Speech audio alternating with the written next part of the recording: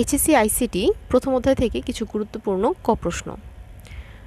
প্রথম, বিশ্বগ্রাম কি? Global village বা বিশ্বগ্রাম হলো এমন একটি পরিবেশ ও সমাজ যেখানে তথ্য প্রযুক্তির মাধ্যমে যুক্ত হয়ে পৃথিবীর বিভিন্ন অঞ্চলের মানুষ পরস্পরের সাথে যোগাযোগ করা সহ বিভিন্ন ধরনের সাহায্য সহযোগিতা প্রদান করতে পারে।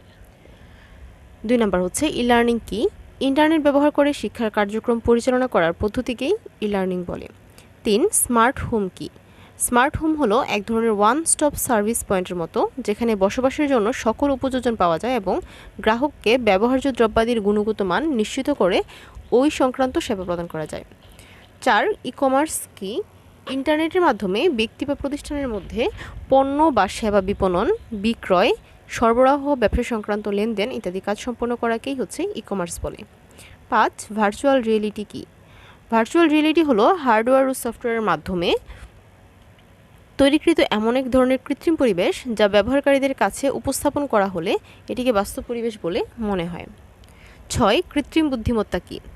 একটি যন্ত্রকে মানুষের মতো বুদ্ধিমত্তা দিয়ে সেটিকে চিন্তাশক্তি, বুদ্ধি কিংবা বিশ্লেষণ করানোর ক্ষমতা দেওয়ার ধারণাকেই কৃত্রিম বুদ্ধিমত্তা বলে।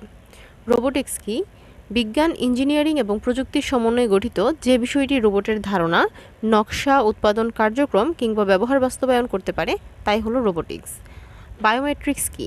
মানুষের দৈহিক গঠন বা আচরণগত বৈশিষ্ট্যের পরিমাপের ভিত্তিতে কোনো ব্যক্তিকে অদ্বিতীয়ভাবে শনাক্ত করার জন্য ব্যবহৃত প্রযুক্তি হচ্ছে বায়োমেট্রিক্স।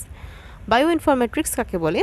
যে বিষয় জীববিজ্ঞানের বিশাল পরিমাণ ডাটা সংগ্রহ, সংরক্ষণ এবং সঠিকভাবে প্রক্রিয়া করে এবং সেগুলো ব্যাখ্যা করে তাকে বায়ো ইনফরমেট্রিক্স বলে। 10, ন্যানো টেকনোলজি কাকে বলে?